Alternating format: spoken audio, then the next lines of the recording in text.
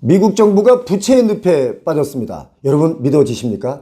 이러다가 미국이 베네수엘라 되는 거 아니냐 이렇게 염려하는 사람들마저 있는데요. 비약이 너무 심하다라는 분들도 있지만 대로마 제국도 한 방에 날아갔습니다. 돈을 막 찍어내도 끄떡없던 세계 유일의 기축국가가 미국인데요. 지금 부채의 늪에 빠져서 힘들어지고 있습니다. 미국의 부채가 늪이다 할 정도면 이건 정말 심각한 거죠. 부채의 늪이라는 게 뭡니까? 나가야 될 돈은 많은데 들어오는 수입이 줄어들면서 부채 규모가 급속도로 늘어나고 있기 때문에 빠져나올 수 있는 방법이 잘 보이지 않으니까 이걸 늪이라는 표현을 쓰는 겁니다. 사실 이건 미국뿐만 아니라 우리나라 개인이나 기업들도 마찬가지 지금 부채의 늪에 빠져 있죠. 미국 정부의 최대 돈줄이던 미국 국채의 위상마저 흔들리고 떨어지면서 자금 조달의 어려움마저 겹쳤습니다. 그래서 특단의 조치가 필요하다라고 하는 미국에서의 자성의 목소리마저 나오고 있습니다. 특단의 조치가 없으면 국채와 달러의 힘으로 지탱하던 미국 경제가 지속 가능하기 쉽지 않다라고 하는 우려마저 생기고 있는 거죠. 자, 설명을 본격적으로 드리기 전에 미국 달러와 관련된 재미있는 상식 하나 말씀드리고 가겠습니다. 우리가 달러를 불이라고도 부르죠. 100달러를 100불, 10달러를 10불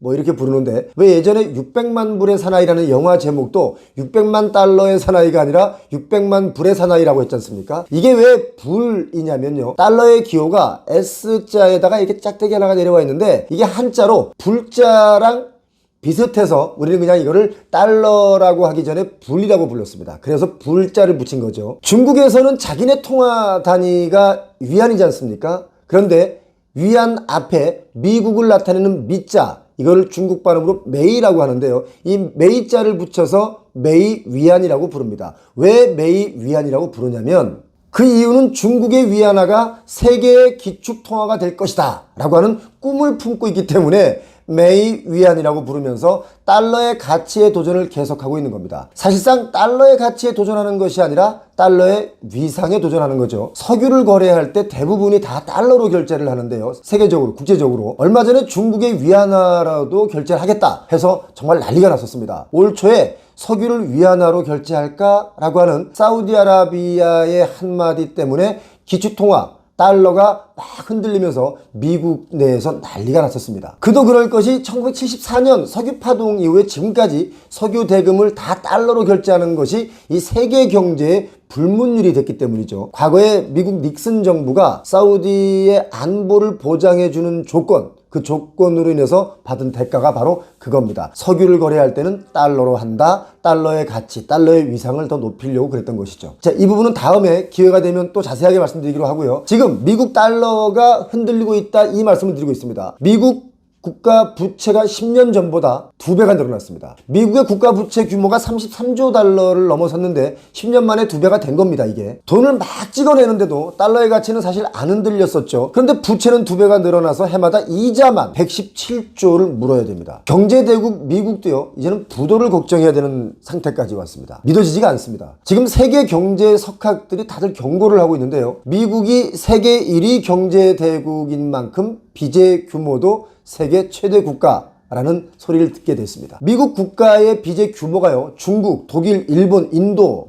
영국 이런 다른 나라 한 5대 경제 대국의 부채를 다 합친 것보다 미국의 부채가 더 많습니다. 이걸 좀 여러분께서 이해하기 쉽게 설명을 드려보겠습니다. 미국 국가 부채를 미국인 1인당 빚으로 환산한다면 한 10만 달러가 됩니다. 우리나라 돈으로 1억 3천만 원씩 빚이 있는 거예요. 그러니까 미국에 태어나면 빚이 1억 3천만 원이 생기고 출발하는 겁니다. 이걸 1인당으로 계산하지 않고 가구당으로 계산을 해보면 가구당 부채 규모가 한 26만 달러가 됩니다. 이것 우리 돈으로 하면 3억 정도 된다 이거죠. 또 다르게 계산을 해보면 이걸 가구별로 매달 1000달러씩 가출을 해서 이걸 빚을 갚는다 라고 계산을 한다면 빚 갚는데 21년 걸립니다. 1000달러니까 한 130만 원 되겠죠? 130만 원을 전 가구가 다 걷어서 돈을 갚으면 21년 갚아야 끝납니다. 개인 부채를 말씀드리는 게 아니라 국가 부채를 개인이 진다면 말씀드리고 있는 겁니다. 여러분 음주운전 하시면 안 된다는 거 잘 알고 계시죠? 무조건 대리운전을 이용하셔야 되는데요.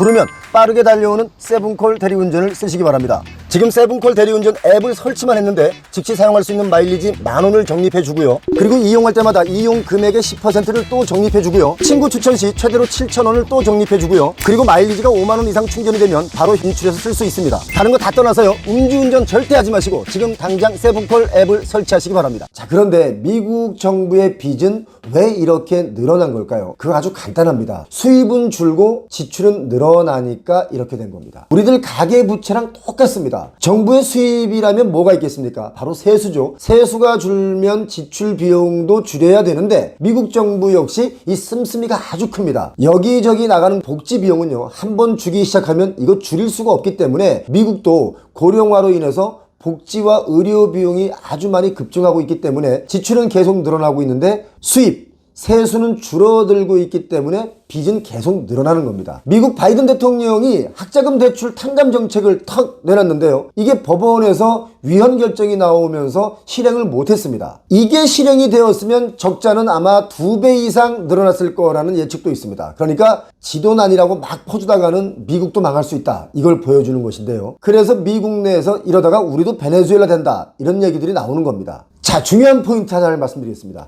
미국이 이렇게 금리가 고금리 기조로 계속 유지가 되면 이자 비용은 계속 늘어나니까 빚은 또 계속 늘어나겠죠. 국채 이자가 늘어나는 거니까. 자, 이렇게 되면 미국이 물가 잡으려고 하다가 여차하면 미국을 잡을 수도 있다, 이런 생각 들지 않습니까? 그렇게 되면 미국이 계속 고금리를 유지할 수 있는 게 아니라 내릴 수밖에 없는 거 아닌가, 이런 예측을 제가 조심스럽게 해봅니다. 지금 미국이 어느 정도 심각하냐면요, 국제신용평가사 무디스도 이런 상황을 종합해서 미국의 국가 신용등급 전망을 안정적에서 부정적으로 하향 조정했습니다. 이건요, 미국이 자존심을 한참 구긴 사건 중의 사건이다, 이렇게 봐야 됩니다. 3대 국제 신용평가사 중에서 유일하게 미국 신용등급을 최고로 유지를 해주던 그 무디스가 신용등급을 하향 조정한 것은 그만큼 미국 부채가 정말 심각하다는 것을 방증하는 뜻입니다. 그리고 지난 8월 달에는요, 국제 신용평가사 중에 피치라는 곳이 있는데 그 피치에서도 미국 국가 신용등급을 AAA에서 AA 플러스로 하향 조정을 했습니다. 그런데 미국 정부 입장에서는요, 이렇게 말합니다. 끄떡없다, 감당 가능하다라고 말합니다. 제가 볼 때는 이건 좀 정치적인 워딩이다라고 보는데, 이 얼마나 심각하면 월가의 황제라고 불리는 그 JP 모건 체이스 회장도 이런 말을 했습니다. 재정 지출이 예년보다 훨씬 많은데 중앙은행과 정부가 이 모든 문제를 대처할 수 있는 전지전능함을 가졌다라고 느끼는 정서가 있다라고 하면서 내년에 무슨 일이 일어날지 상당히 우려스럽다라고 아예 공개적으로 얘기를 했습니다. 부채 문제를 해결하려면 사실 개인이든 국가든 확실한 방법이 딱 하나밖에 없습니다. 그게 뭘까요? 개인은 소득을 늘리는 것이고 국가는 세수를 늘리는 것입니다. 그렇지 않습니까? 그런데 국가는 몰라도 개인은 소득을 늘리고 싶다고 이게 막 늘어나는 게 아니지 않습니까? 그리고 국가는요, 세수를 또 늘려야 되는데 이 세수를 또 많이 늘리면 반발이 일어나지 않겠습니까? 자, 그렇지만 미국의 바이든 정부는 예산 감축보다는 증세 쪽으로 이 방향이 좀 더 기울어 있습니다. 이런 걸 두고 다른 정파나 또 이해관계자들은 말이 많겠죠. 고통스러운 재정 지출 삭감하는 조치를 내리기 전에 일단 세수부터 확보를 해야 한다라고 말하는 사람도 있고요. 또 이렇게 세금 인상보다는 미납된 세금을 제대로 걷어라 라고 하는 관료들도 있습니다. 자, 반대로 공화당 쪽에서는 세금보다는 지출을 줄여야 한다 라고 얘기하고 있는데, 반대로 지금의 미국의 여당인 민주당은 예산을 계속 늘려야 한다라고 얘기하고 있죠. 여러분 생각은 어떻습니까? 지출을 줄여야 할까요? 아니면 세수를 늘려야 할까요? 그런데요, 이런 정파를 초월한 초당파 정책센터가 있는데 거기에 수석 연구원은 이런 말을 했습니다. 재정 문제가 완전히 궤도를 이탈했다, 정말 특단의 결정을 해야 하는 순간에 도달했다 라고 강조했습니다. 그만큼 어려운 겁니다. 우리나라도 이런 문제가 발생하면 사실상 사회적 갈등이 발생하고 해결하기 어려운 지경으로 치달을 수 있겠죠. 우리도 빚 줄이는데 정말 최선을 다해야 합니다. 지금은 부동산 버블로 언제 터질지 모르는 가계빚이 계속 늘어만 가고 있는데요, 참으로 위험한 시기에 놓여 있다라는 것을 우리가 인지할 필요가 있다라고 봅니다. 특히 표용호TV를 보시는 많은 구독자분들 중에는 이걸 꼭 인지해 주시고 많은 사람들에게 빚이 너무 많다, 이거 줄여야 한다는 것을 알려주시기 바랍니다. 표용호TV 구독자 여러분, 행복한 하루 보내시기 바랍니다. 고맙습니다.